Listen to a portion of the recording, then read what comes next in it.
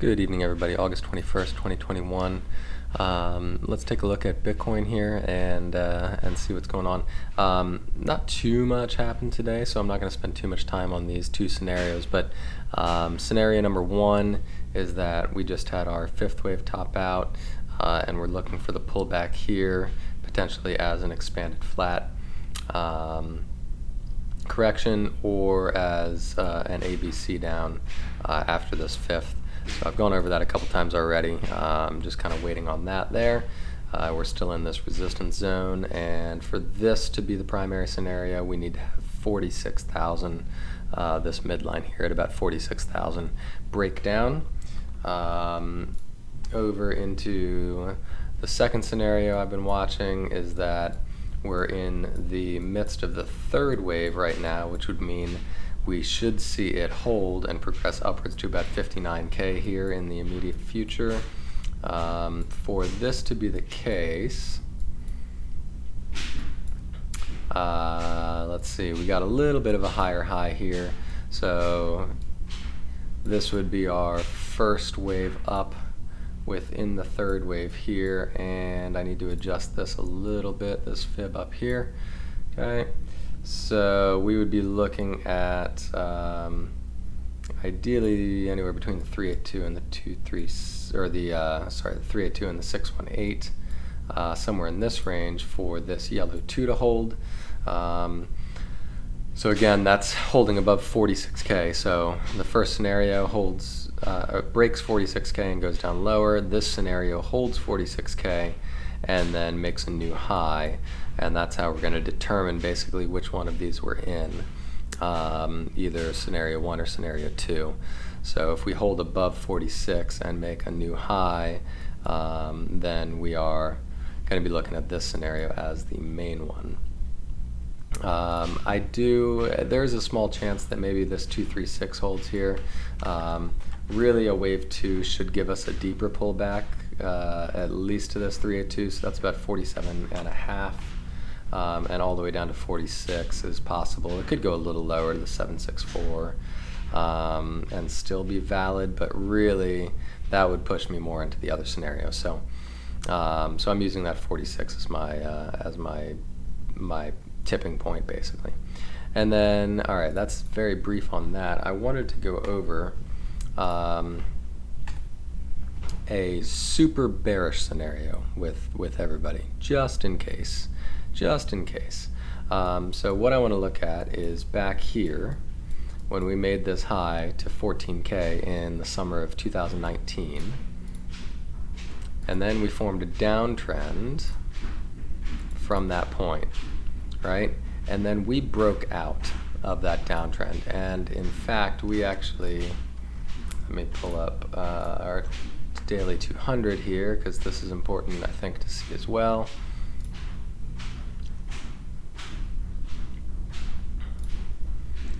All right, let me just take off the cloud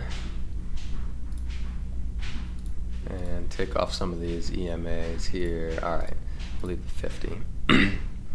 Okay, so basically here's the 50 and the 200 EMA on the daily chart, right?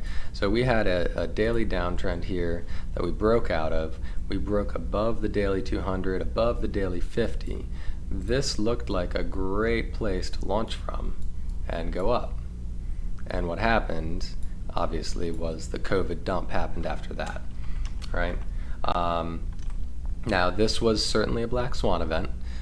It was very possible that, you know, this was A, B, and C down, and it should have then gone up from there.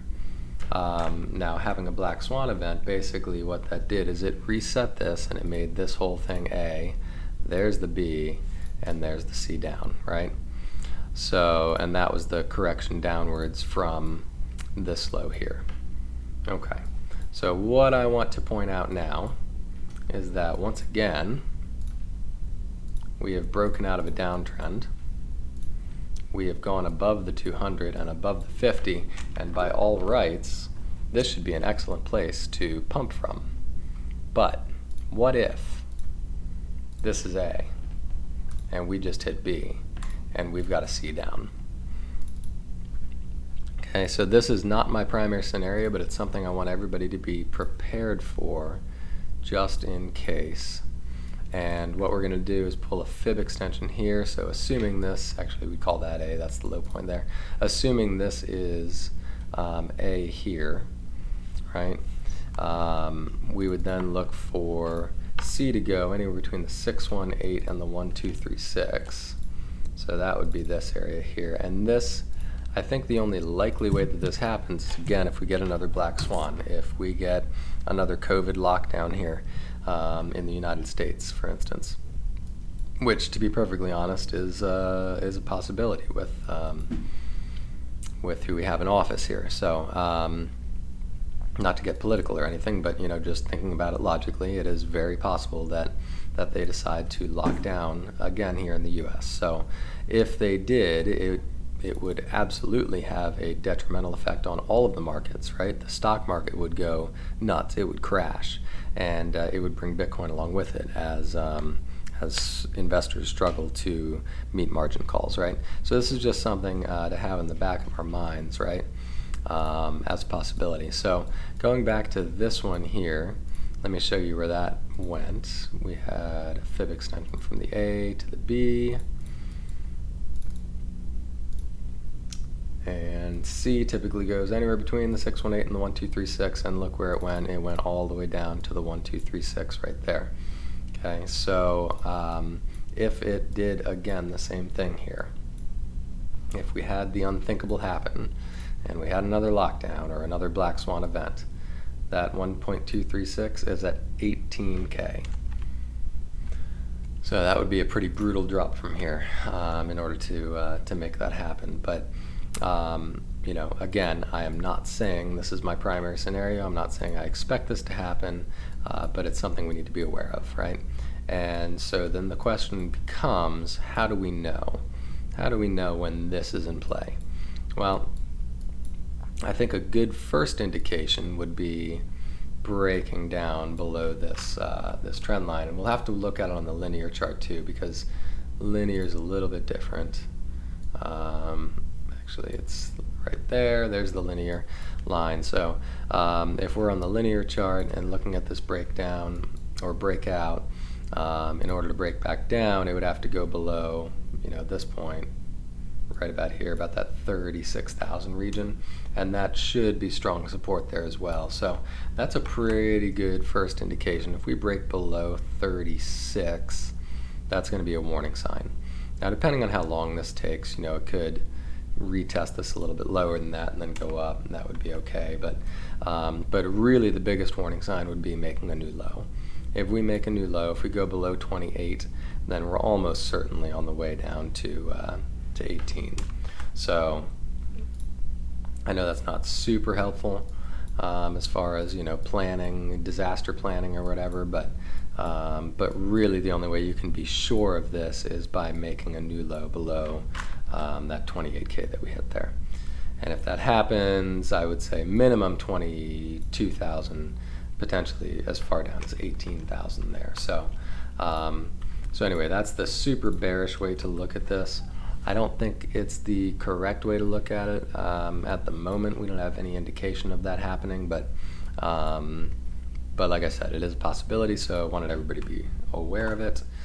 In the meantime, I think we need to keep an eye on, like I said, on this area and see if we hold above 46 or if we crack below it. And that should give us an indication of which of the bullish scenarios we may be in. And then let me just look over on the primary scenario here and see. I mean, realistically, like this area around 40, that should be fairly strong support. If we went below that with a sustained break below 40, I think I might start being a bit more careful. Because technically, even though we could go a little bit lower and still be in a wave 2, that would be just not a great sign with all of this horizontal resistance that should now be acting as support here. So let's keep an eye on that blue area. If it goes below it, then we may need to start taking that the bearish viewpoint a bit more seriously. But for now, like I said, I just wanted to point it out as a possibility in the worst case scenario. So that's it.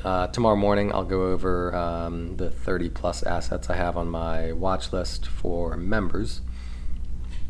So make sure you go to members.tradelikeawhale.com and sign up for a free 2-week trial if you want to get access to that tomorrow morning. All right, good night everybody.